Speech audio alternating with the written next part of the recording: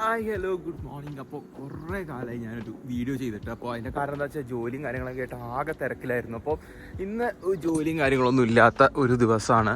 ഇന്നൊരു Wednesday morning ആണ്. അപ്പോൾ രാവിലെ തന്നെ ഞാൻ വാട്ടർലൂ പാർക്കിലേക്ക് പോകാമെന്ന് വിചാരിച്ച് ഇറങ്ങിയിരിക്കുകയാണ്. അതുകൊണ്ട് സൂര്യനെ കുതിച്ച് വരുന്നതേ ഉള്ളൂ.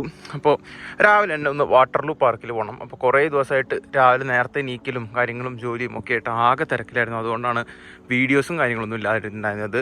അപ്പോൾ എന്തായാലും ഇന്ന് ഒരു ചെറിയൊരു വീഡിയോ ചെയ്യാമെന്ന് വിചാരിച്ചു. വാട്ടർലൂ പാർക്കിൽ പോകണം. പിന്നെ എനിക്ക് ബ്രേക്ക്ഫാസ്റ്റ് മെക്ഡിയിലോ അല്ലെങ്കിൽ എവിടെയെങ്കിലും പോയി കഴിക്കണം എന്നാണ് ഞാൻ വിചാരിച്ചിരിക്കുന്നത്. അപ്പോൾ ജസ്റ്റ് ഒരു രാവിലത്തെ ഒരു ഔട്ടിംഗ് ആണ് ഇന്ന്. ജോലിയും കാര്യങ്ങളും ഇല്ല, ക്ലാസ്സും ഇല്ല, ഒന്നുമില്ല. അപ്പോൾ ജസ്റ്റ് ഒന്ന് രാവിലെ പുറത്തിറങ്ങുന്ന ഒരു വീഡിയോ അത്രയേ ഉള്ളൂ. ബസ്സിലൊന്നും രാവിലെ ആയതുകൊണ്ട് തന്നെ ആരുമില്ല. അപ്പോൾ ഞാൻ തന്നെ ഉണ്ടായിരുന്നുള്ളൂ. 2-3 പേരും ഞാൻ മാത്രമേ ഉണ്ടായിരുന്നുള്ളൂ. അപ്പം 2 ബസ് കാരണം എനിക്ക് അവിടെ എത്തണമെന്നുണ്ടെങ്കിൽ ഒരു 33 പിന്നെ അതുപോലെ തന്നെ 16. അപ്പോൾ 33 കയറി 16 വേണ്ടി വെയിറ്റ് ചെയ്ത് 16 കയറി. ഏതാണ്ട് ഒരു മണിക്കൂറോളം ദൂരമുണ്ട് എൻ്റെ വീട്ടിൽ നിന്ന് ഈ വാട്ടർലൂ പാർക്ക് എന്ന് പറഞ്ഞ സ്ഥലത്തേക്ക്. വാട്ടർലൂ പാർക്ക് ഇവിടുത്തെ ഒരു മേജറായിട്ടുള്ളൊരു ഡെസ്റ്റിനേഷൻ തന്നെയാണ്. ഒരുപാട് ആൾക്കാരൊക്കെ ഇവിടെ വന്ന് വീഡിയോസും കാര്യങ്ങളൊക്കെ യൂട്യൂബിൽ ഓൾറെഡി കിടപ്പുണ്ട്. അപ്പം ഞാൻ ഇതുവരെ ഇത്രയും കാലം ഇവിടെ നിന്നായിട്ടും ഇവിടെ വന്നിട്ടില്ല. കാരണം എനിക്കറിയില്ലായിരുന്നു ഇത്രയും വലിയൊരു സ്ഥലമാണ് എന്നുള്ളതൊക്കെ. അപ്പോൾ ഇവിടെ ഒരുപാട് പാർക്കുകൾ നമുക്കിവിടെ ഉണ്ടെങ്കിലും നമുക്ക് കുറച്ച് വലിയ രീതിയിലുള്ള ഒരു പാർക്കാണ് ഈ വാട്ടർലൂ പാർക്ക് എന്ന് പറയുന്നത്. അപ്പോൾ ആദ്യം തന്നെ എൻട്രൻസിലൂടെ ഒരുപാട് നമുക്ക് നടക്കാനുണ്ട്. നടന്ന് നമ്മൾ ഏതാണ്ട് ഇങ്ങനത്തെ ഒരു സ്ഥലത്തേക്ക് എത്തും. ഇവിടെ മാപ്പും കാര്യങ്ങളൊക്കെ വെച്ചിട്ടുണ്ട് വാട്ടർലൂ പാർക്കിൻ്റെ മൊത്തത്തിൽ. അപ്പോൾ ഇത്രയും വലിയൊരു സ്ഥലമാണ് വാട്ടർലൂ പാർക്ക് എന്ന് പറയുന്നത്. അതിൻ്റെ നടുവിലൂടെ തന്നെ ഒരു ട്രാമിൻ്റെ ഇത് പാസ് ചെയ്യുന്നുണ്ട്. ട്രാമിൻ്റെ അത് കൂടെ എപ്പോഴും പോകുമ്പോൾ നമ്മൾ കാണാറുണ്ട്, പക്ഷേ ഇതുവരെ വന്നിട്ടില്ല ഇങ്ങോട്ട്. അപ്പോൾ എന്തായാലും പോയി നോക്കട്ടെ എന്തൊക്കെയാണ് ഇവിടെ ഉള്ളതെന്ന്. എനിക്ക് തോന്നിയത് എന്താണെന്ന് വെച്ച് കഴിഞ്ഞാൽ ഒരുപാട് കടകളും കാര്യങ്ങളൊക്കെ ഉണ്ട്. പക്ഷേ ഞാൻ വന്നത് അത്രയും നേരത്തെ ഉണ്ട്. ഈ രാവിലെ ഒന്നും ആരും എണീച്ചിട്ടുണ്ടായിരുന്നില്ല എന്നുള്ളതുകൊണ്ട് തന്നെ ആരും ആ പാർക്കിലുണ്ടായിരുന്നില്ല. ഞാൻ മാത്രമേ ഉണ്ടായിരുന്നുള്ളൂ. പിന്നെ കുറച്ച് രാവിലെ തന്നെ നടക്കാൻ ഇറങ്ങിയ കുറച്ച് ആൾക്കാരും ഉണ്ടായിരുന്നുള്ളൂ. പിന്നെ ഇന്ന് സൂര്യനും ഒന്നും ഇല്ലാത്തത് കാരണം ഇന്ന് മൊത്തത്തിലൊരു അന്തരീക്ഷം വളരെ ശാന്തമായിട്ടുള്ളൊരു അന്തരീക്ഷമാണ്. എനിക്ക് ഇവിടെ വന്നതിന് ശേഷം തോന്നിയൊരു കാര്യമാണ്, സൂര്യനുള്ള ദിവസം അടിപൊളിയാവും. കാരണം എന്താണെന്ന് വെച്ച് കഴിഞ്ഞാൽ നമ്മൾ കുറേ കാലം മഞ്ഞും കാര്യങ്ങളൊക്കെ കണ്ടിട്ട് ഇപ്പോൾ സമ്മറിലേക്ക് കിടന്നപ്പോഴും പല ദിവസങ്ങളിലും മഴ ആയിട്ട് മൂടി നിൽക്കുന്ന ഒരു കാലാവസ്ഥയാണ്. അപ്പോൾ മൂടി നിൽക്കുന്ന ദിവസങ്ങളിലൊക്കെ ഒരു രസമുണ്ട്. പക്ഷേ നേരെ മറിച്ച് സൂര്യനൊക്കെ ഉണ്ടെങ്കിൽ ഒരു അടിപൊളി ഫീലാണ്. അങ്ങനെ അപ്പോൾ ഇവിടെ പിന്നെ ഇതുപോലെ തന്നെ കുറേ പൂക്കളും കാര്യങ്ങളൊക്കെ ഉണ്ട്. ഇതിപ്പോൾ ഞാൻ കാണിക്കുന്ന പോലെ കുറേ പൂക്കളൊക്കെ ഉണ്ട്. പിന്നെ കുറേയൊക്കെ കൊഴിഞ്ഞു പോയിക്കൊണ്ടിരിക്കുന്ന ഒരു സമയമാണ് ഇവിടെ എന്ന് പറഞ്ഞു കഴിഞ്ഞാൽ. പിന്നെ ഏതാണ്ട് സമ്മറൊക്കെ ഇങ്ങനെ തീർന്നുകൊണ്ടിരിക്കുന്ന ഒരവസ്ഥയാണ്. റെയിനി സീസൺ വരികയാണ്. അതായത് ഇവിടെ മൊത്തം മഴയും കാര്യങ്ങളൊക്കെയാണ്. ആകെ അലമ്പാണ് സത്യം പറഞ്ഞാൽ ഈ മഴയുടെ കേസ് എന്ന് പറഞ്ഞാൽ ഇവിടുത്തെ. കാരണം നമുക്ക് വളരെയധികം ബുദ്ധിമുട്ടാണ് പുറത്തേക്ക് ഇറങ്ങാൻ. അപ്പോൾ ഏതാണ്ട് ഇവിടെ വന്ന് കുറേ നേരം ഞാനിരുന്നു. ഈ ഒരു 4 ടവറുകളുടെ നടുവിലായിട്ട് കുറേ കസാരകളും ഒക്കെ ഉണ്ട്. അപ്പോൾ കസാരയല്ല, ഒരു ബെഞ്ച്. അപ്പോൾ അവിടെ പോയിരുന്നു കുറേ നേരം.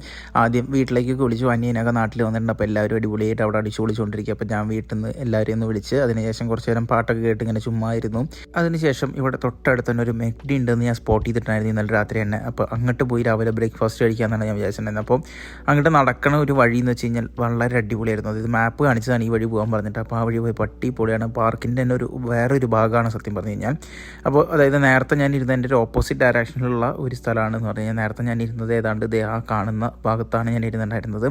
അവിടുന്ന് നേരെ നടന്ന് പോകണം. ഏതാണ്ട് ഒരു ബസ് കയറി കഴിഞ്ഞാൽ ഒരു 10 മിനിറ്റ് ദൂരമേ ഉള്ളൂ ഇവിടെ നിന്ന് കാണിച്ചിട്ടുണ്ടായിരുന്നു. അപ്പോൾ ഞാൻ അവിടെ പോയിട്ട് ബ്രേക്ക്ഫാസ്റ്റ് കഴിക്കാമെന്നാണ് വിചാരിക്കുന്നത്. അപ്പോൾ ഈ പോകുന്ന ഒരു വുഡിൻ്റെ പാത്വേ, അതായത് മരത്തിൻ്റെ ഈ പാത്വേ അടിപൊളിയാണ്.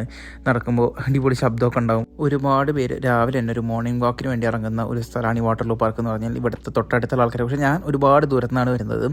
ഏതാണ്ട് ഞാൻ പറഞ്ഞിട്ട് ഒരു മണിക്കൂറോളം യാത്ര ചെയ്തിട്ടാണ് ഞാൻ ഇവിടെ എത്തിയത്. എൻ്റെ വീടിൻ്റെ തൊട്ടടുത്ത് തന്നെ ഒരുപാട് പാർക്കുകളുണ്ട്. അപ്പോൾ അതായത് ഹ്യൂറോൺ പാർക്ക്, അങ്ങനെ ഒരുപാട് പാർക്കുകളുണ്ടെങ്കിലും ഞാൻ ഇന്നേ വരെ ഇങ്ങോട്ട് വരാത്തതുകൊണ്ടാണ് അവിടെ നിന്നും പോവാതെ ഇങ്ങോട്ട് തന്നെ രാവിലെ വന്നത്.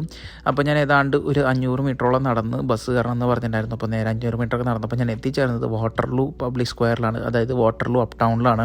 ഞാൻ അതിന് മുന്നേ അപ്പ് ടൗണിൻ്റെയൊക്കെ വീഡിയോ ചെയ്തിട്ടുണ്ട്. ഈ വഴികളൊക്കെ ഞാൻ അന്ന് കാണിച്ചു തന്നിട്ടുണ്ട്. ആക്ച്വലി ഞാൻ രാവിലെ ഇത്രയും നേരത്തെ ഇവിടെ വന്നിട്ടില്ല. ഇവിടെ ഭയങ്കര ശാന്തമായിട്ടുള്ളൊരു അന്തരീക്ഷം. ഇവിടെ സൈക്ലിസ്റ്റുകൾ എത്ര പോയി എന്നുള്ള നേരത്തെ ഒരു വീഡിയോയിലൊക്കെ ഞാൻ ഇത് ചെയ്തിട്ടുണ്ട് ഓൾറെഡി. അപ്പോൾ ഇവിടെ മൊത്തത്തിലൊരു ശാന്തമായൊരു അന്തരീക്ഷമാണ് രാവിലെ തന്നെ ആയതുകൊണ്ട്. അപ്പോൾ ഞാൻ നേരെ ഇനി ബസ് കയറണം. ബസ് കയറിയതിന് ശേഷം മെക്ഡിയിലെത്തിയതിന് ശേഷം ഞാൻ എന്ത് ഓർഡർ ചെയ്യുന്നത് എനിക്ക് ഭയങ്കര കൺഫ്യൂഷൻ ആയിരുന്നു. ഞാൻ അവിടെ ജോലി ചെയ്യുന്ന സമയത്ത് ഒരുപാട് സാധനങ്ങൾ എനിക്ക് ഓർഡർ ചെയ്യണമെന്നുണ്ട്. പക്ഷേ ഞാൻ രാവിലെ ഒരു മൈറ്റി മഫിൻ എന്ന് പറയുന്ന ഒരു സാധനമുണ്ട്. അവരൊരു പ്രോമോ മഫിനാണ്. അപ്പോൾ അതായത് സോസേജ്, ബേക്കൺ, അതുപോലെ തന്നെ ചീസൊക്കെ അടങ്ങിയ എഗ്ഗും അടങ്ങിയ ഒരു മഫിനാണ് ഈ മൈറ്റി മഫിൻ എന്ന് പറയുന്നത്. മൈറ്റി മഫിനും ഒരു ഹാഷ് ബ്രൗണും പിന്നെ ഒരു ഡബിൾ കോഫിയും ഓർഡർ ചെയ്തു. അപ്പോൾ ഡബിൾ കോഫി എനിക്ക് ഇവിടുത്തെ ഭയങ്കര ഫേവറേറ്റ് ആയിട്ടുള്ളൊരു കോഫിയാണ്. കാരണം എന്താണെന്ന് വെച്ച് കഴിഞ്ഞാൽ ജോലി കഴിഞ്ഞാൽ ഉടനെ ഈ ഒരു കോഫി മേടിക്കും, ഇറങ്ങും. അതാണ് സ്ഥിരമായിട്ട് ഞാൻ ചെയ്യാറ്. ഞാൻ വിചാരിച്ചിട്ടുണ്ടായിരുന്നത് ടിമ്മിലെ കോഫിയാണ് അടിപൊളി എന്നാണ് വിചാരിച്ചത്. അപ്പോൾ പേഴ്സണലായിട്ട് ഞാൻ പറയുകയാണ്, ടിമ്മിലെ കോഫിയേക്കാളും എനിക്ക് എന്തുകൊണ്ടും ഇഷ്ടം മെക്ഡിയിൽ ഈ ഒരു കോഫി തന്നെയാണ്. എന്താണെന്നറിയില്ല, പലർക്കും എതിരഭിപ്രായം ഉണ്ടാവും. അതൊക്കെ കഴിഞ്ഞ് തിരിച്ച് ബസ്സിൽ വീട്ടിലേക്ക് പോവുകയാണ്. അപ്പോൾ അതിൻ്റെ ഇടയിൽ കണ്ടൊരു കാഴ്ച ഒരു കുതിരവണ്ടി, നമ്മുടെ നാട്ടിലൊക്കെ ഉള്ള കുതിരവണ്ടി ഇവിടെ ഉണ്ട് എന്ന് എനിക്ക് മനസ്സിലായി. അതിനുശേഷം ഏതാണ്ട് പിന്നെയും ഒരു മണിക്കൂറോളം, രാവിലെ ശരിക്കും പറഞ്ഞാൽ 2 മണിക്കൂറോളം യാത്ര ചെയ്തു ഈ ഒരു വാട്ടർലൂ പാർക്കിലേക്ക് പോകാൻ വേണ്ടി. വാട്ടർലൂ പാർക്കിനെ കുറിച്ച് മൊത്തത്തിൽ പറയുകയാണെങ്കിൽ ഒരു നോർമൽ സ്ഥലം അത്ര തന്നെ ഉള്ളൂ. ഇപ്പോൾ ഈ കാണുന്ന ലെഫ്റ്റ് സൈഡിലൊക്കെ ഉള്ള സ്ഥലത്ത് മൊത്തം പാർക്കും ഏരിയയൊക്കെയാണ്. പാർക്കുകളെക്കാളും കുറച്ചുകൂടി വലിയൊരു പാർക്ക് അത്ര തന്നെ. അപ്പോൾ വീട്ടിലെത്തിയപ്പോൾ ഞാനൊരു പോർക്ക് കറി ഉണ്ടാക്കാമെന്ന് വിചാരിച്ചു.